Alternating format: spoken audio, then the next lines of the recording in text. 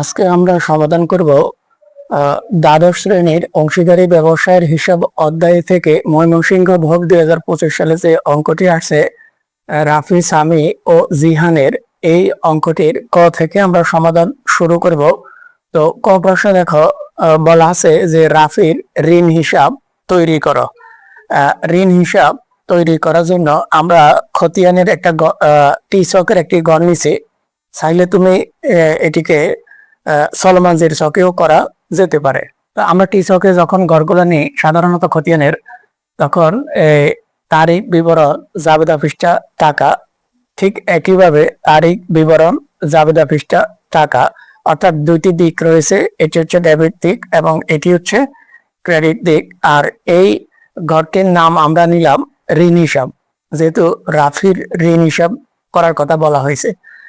তো এখানে আমরা শুধুমাত্র ঋণের অংশটি আমরা পড়ব শুধু ঋণ হিসাব করার জন্য। পরবর্তীতে আমরা পুরো অঙ্ক পড়ব যখন আমরা লাভ লোকসান আবন্টন করবো খ প্রশ্নে। তো প্রথমে আসো, ঋণের কথাটি কি বলা আছে দেখো। এখান থেকে দেখো, বছরের মাঝামাঝি সময়ে রাফি কারবারে 40,000 টাকা ঋণ প্রদান করে। তাহলে খেয়াল করো, এই যে রাফি ঋণ দিছে কারবারে, তাহলে যখন রাফি ঋণ দেয় তখন কি হয় খেয়াল করো, এই যে ঋণটা কি হয়, ক্রেডিট হয়। নগদান হিসাব যখন ব্যবসায় ঋণ আসে তখন আমরা কি বলি যে নগদানে টাকা আসছে, ঋণ হিসাবে টাকা আসছে, তাহলে আমরা বলি নগদান হিসাব ডেবিট, ঋণ হিসাব ক্রেডিট। তো খেয়াল করো, এই যে নগদান হিসাব ডেবিট আর ঋণ হিসাব ক্রেডিট। তো আমরা যেহেতু ঋণ হিসাব করি, তাহলে ঋণ কোথায় আছে, ঋণ ক্রেডিটে আছে, এই জন্য ক্রেডিট পাশে হবে, তবে নাম হবে বিপরীত নামটা, অর্থাৎ নগদান হিসাব হবে। তো নগদান হিসাব হবে, ঋণের টাকাটা কত, ঋণের মূল টাকাটা হচ্ছে 40,000 টাকা, আমরা লিখলাম 40,000 টাকা।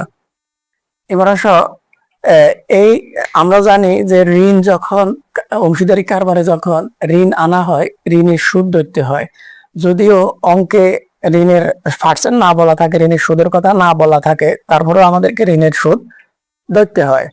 তো তাহলে এই ঋণের সুদ সেটিও ক্রেডিট পাশে হবে ডিসেম্বর 31। ঋণ যখন কারবারে আনে কখন, মাঝামাঝি, অর্থাৎ 2024 সালে জুলাই 1 তারিখে। আর ঋণের সুদ সাধারণত সুদগুলো বছরের শেষে হিসাবভুক্ত করা হয়, তাই ডিসেম্বর 31 তারিখ লাভ লোকসান আবন্টন হিসাব লিখে আমরা কলম দিছি ঋণের সুদ। তো ঋণ কত টাকা, ঋণ হচ্ছে 40,000 টাকা। এই 40,000 টাকার 6%।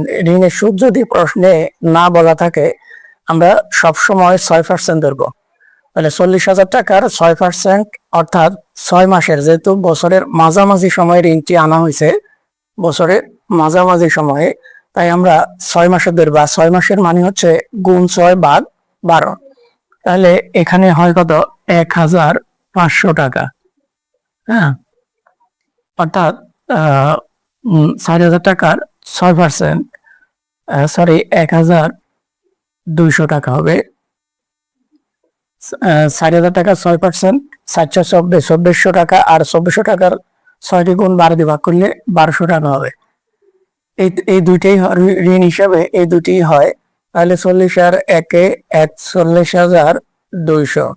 আমরা এটি বাম পাশেও লিখলাম 41,200, কিন্তু বাম পাশে আমাদের কোনো টাকাই নাই, পূর্বের কোনো টাকায় লেখা নাই, তাহলে দুই পাশ সমান হতে হয়।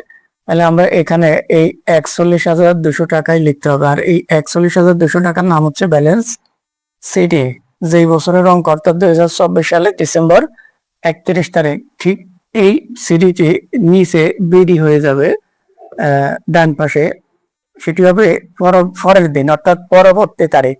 আর পরবর্তী তারিখ মানে হচ্ছে 2025 সালের জানুয়ারি 1। যেহেতু 2024 সালের ডিসেম্বর 31 তারিখ ব্যালেন্স সিডি হয়, তাহলে এর পরের দিন, অর্থাৎ 2025 সালের জানুয়ারি 1 তারিখ হবে ব্যালেন্স সিডি। তাহলে এই হচ্ছে আমাদের ঋণ হিসাব, অর্থাৎ কত যে বলা ছিল রাফির ঋণ হিসাব, আমরা দেখাইলাম ঋণ হিসাবটি।